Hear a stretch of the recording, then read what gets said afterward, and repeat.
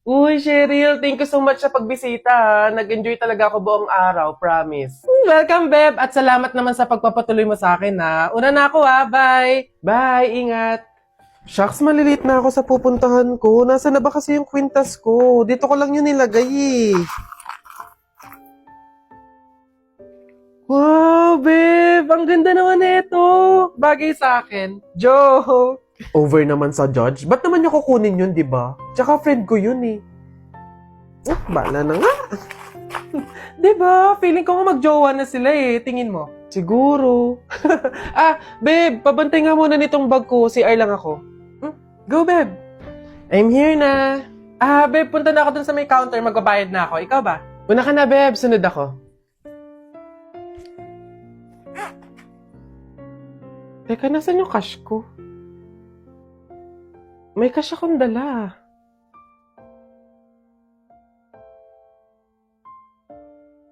Hindi kaya... Pero imposible eh. Imposible talaga. Kaibigan ko siya eh.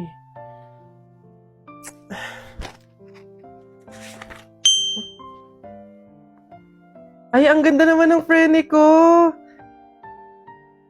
In fairness. Teka.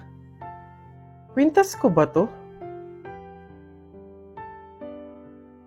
Hello, Cheryl? Nakita ko kasi yung story mo eh. Huwag kang magagalit ha, pero umamin ka nga sa akin. Kwintas ko ba yung suot mo? Babe, sorry ah.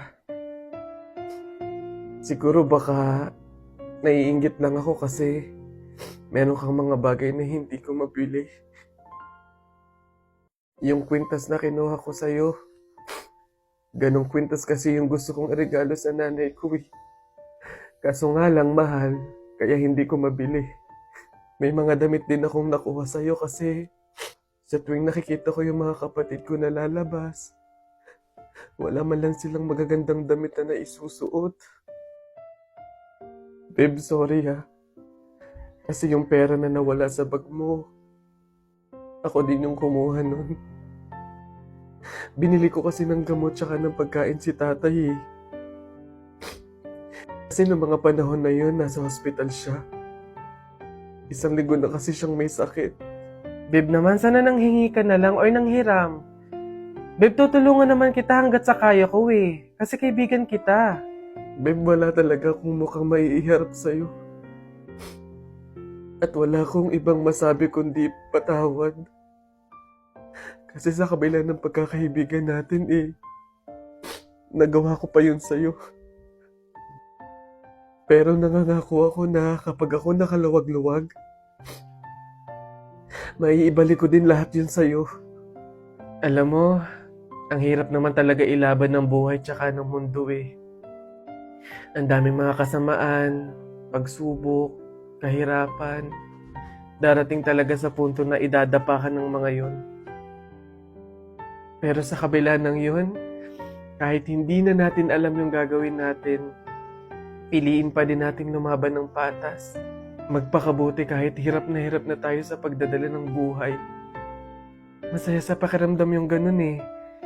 Basta lagi nating tandaan na walang masama sa paghihintay. May kapanahunan lahat ng hinihiling natin.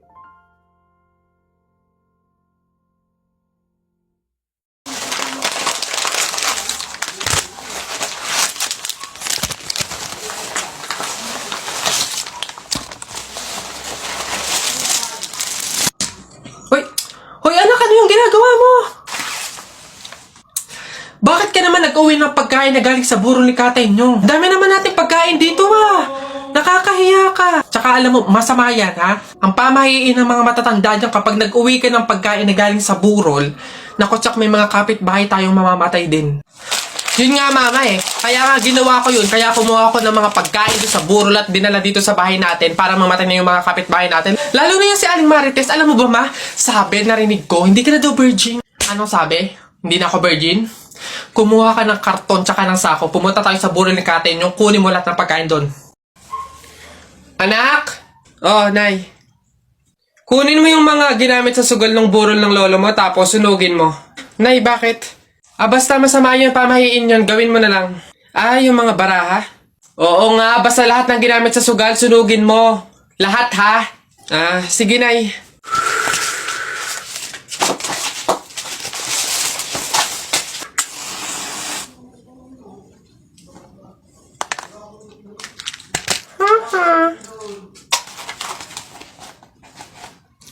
Nasaan yung mga pera dito? Yung mga pinanalo pong pera dun sa sugal ng burol. Sinunog ko na rin po na kasi sabi nyo nga po sunugin ko yung mga ginamit sa sugal eh. Ha? Bakit mo sinunog? Excuse me. May tatanong lang sana ako. Ay sige po, ano po yun? Kaibigan kasi ako nung namatay. Ililibing na, di ba? Napansin ko kasi wala yung taga-sigaw. Wala ba kayong nilagay? Ay, bakit po kailangan ng taga-sigaw? Kasi di ba kaya siya namatay kasi pinatay siya? Nahuli na ba yung pumatay? Ay, ganun po ba? Hindi pa po nahuli yung suspect eh. O hindi pa pala. Ang pamahiin kasi dyan, para daw makonsensya yung pumatay dun sa tao, is kailangan pag ililibing na, maglagay daw ng taga-sigaw para sumuko na yung pumatay sa kanya. Sige po, ako na lang po, yung sisigaw. Ay, ikaw na lang. Sige, mabuti. Ayos, sige.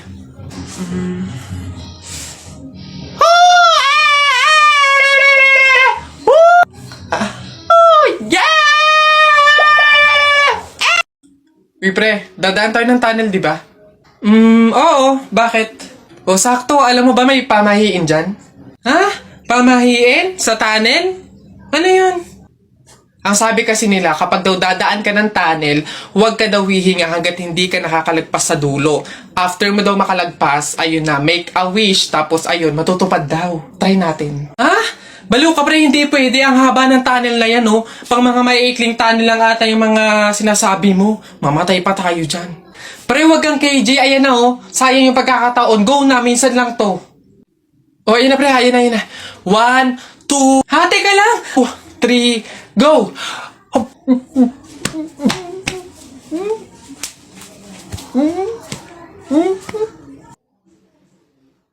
Isa, budawa, mutaru-taruta, semplang, plakda, taimong sariwa. Yeah! Ang baho na naman ng kilikili mo. Ang baho na naman ng kilikili mo. Nangangamoy, amoy chooks to go. Yeah. Gusto mong dos, wag kang bastos. Bibigyan kitang dos, mamayang alas dos. Yeah. B-I-N-G-O, nanay mo nagbibingo, binato ng 20 ko, kala na 5 piso, bingo! Rap ka ng rap, kamukha mo sa erap, beat ka ng beat, mukha kang rabbit! Alam mo, ang pogi-pogi mo, alam mo kung bakit? Pwet mong may racket! Teacher, may tanong po ako sa'yo kung talagang matalino ka sa math. Ay nako, Tutoy, bata ka pa mapapahiya ka na. Kaya nga math teacher mahusay sa math. Ano ba yung tanong mo? Halimbawa, teacher, meron akong 30 pesos. Tapos, bumili ako ng hamburger, 18 pesos isa. O, ilan yung sukli ko? Diyos ko, Tutoy, napakadali. 30 pesos minus 18. O, edi 12. 12 pesos ang sukli mo. Mali, teacher. Ha? Bakit? Paano mali? 2 pesos lang sukli ko. 20 lang kaya binayad ko. May nakita ka bang 30 pesos na buo? Bola. Talaga ba? Lagi nyo sinasabi na pangit ako? Akala nyo ba hindi ko kayang patunayan na mali kayo, ha? Watch and learn. Hello po. Uy, Pogi! Ano hanap? Bangus, tilapia. Mura na to. Uy, grabe. Uy, Pogi! Bagong! Kakagaling lang ng Cebu. Bago lang to. Dali na. Uy, timbangin mo na yan. Biling ko na yan lahat. Sige na, makakauwi ka na. Biling ko na yan. Pogi! Prutas, bili na. Bagong pitas to. Dali na. Pogi to talaga. Yan din. Pakiyawin ko na lahat yan. Panda. Sige na. Ngayon yung sabihin pangit ako, ha? Nak! Nay! Bakit? Mamaya bago ilibing yung lolo mo, kunin mo yung pera sa kamay niya, ha? Ha? Grabe naman, bakit ko kunin? Kasi pamahiin daw, swerte daw yung pera na yun. Dali. Ay, totoo, Nay. Sige. Lo, tabi-tabi lang po muna ha. Kukunin ko lang po yung pera kasi sabi po swerte daw po yun. Hoy! Anong swerte-swerte? Walang makikinabang na swerte ko hanggang sa huli kong hantungan. Dadaya ng mga to, swerte-swerte. Ako na nga tong namatay, aagawan nyo pa ako ng swerte. Makaranas man lang ako ng swerte sa langit, no? Akin yan! Swerte-swerte. Ayan na. Guess what? You know, last night, yo, it was the best. I met a pretty girlie na taga-IS. Mayroon siya mga kasama to make it sure. Isa lang ang aking napuna, lahat sila demure. Kaya ang sabi niya, hey Andrew, I would like you to meet my friends. And believe me, lahat sila ay my Mercedes-Benz. This is Anna, this is Karen, this is Tanya, this is Jill. Lahat sila nakatira sa San Lorenzoville among the four. Kay Ana, ako na patingin. At pagkatapos nun si Ana ay biglang lumapit sa akin. Tinanong niya ako, hey Andrew, can I have your number too? Sumagot ako 801-6722. Taya na kayo, balong, bonak, buboy, taya na kayo, tignan natin kung sino mananalo. Taya. Dali, bonak, ano ba itataya mo? Ito, Pogs. Makapal to. Ang dami nito, Akin to, ito tataya ko, Pogs to. Sa'yo, balong, ano itataya mo? Bilis! Ito. Mga baril ko. Ang gaganda nito. Malulupit to. Astig to. Ito itataya ko, ikaw naman, Buboy. Ano naman yung sa'yo? Basta sa akin, ito, Ito tataya ko. Mga damit ni nanay. Talagang sure na mananalo ko dyan. Ito taya ko, 1, 2, 3, bitaw! Ayan na, binitawan ko na. Laban na, sabong natalpak. Sino mananalo dyan? Yung tari mo, dali! Tusok mo yan, dali! Pabili pa! Pabili! Ano ba yan? Natutulog ang ingay-ingay. Ano ba yan? Pabili nga po ko nung 2 juice po. Bayan ano pa? Tapos, C2 po. Ano pa? Ano pa ba? Tsaka po ng Chucky. Tsaka ng soft drinks po. Yun lang po. Akin na bayad. Ito po yung bayad. Ano? Sa dinami-dami mong bibilhin, pipiso lang palang pera mong bata kang na demonyo ka? Uy, Mare! Uy, Mare! Bakit? Napapansin ko, ba't parang ang lungkot mo ngayon? Nako, Mare, minsan kasi naiisip ko kung makakapunta ba ako sa langit pag namatay ba ako, ganun. Sus, yun lang pala Alam mo, may solusyon ako dyan sa iniisip mo.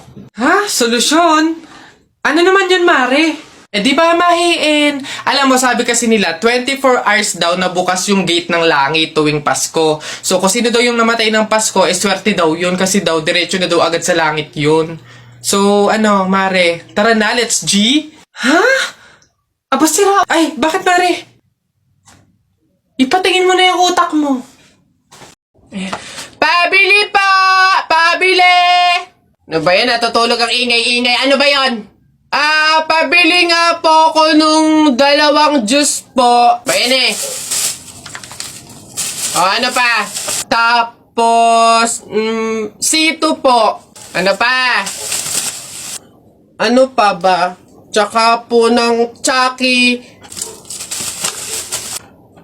Tsaka ng soft drinks po. Yun lang po.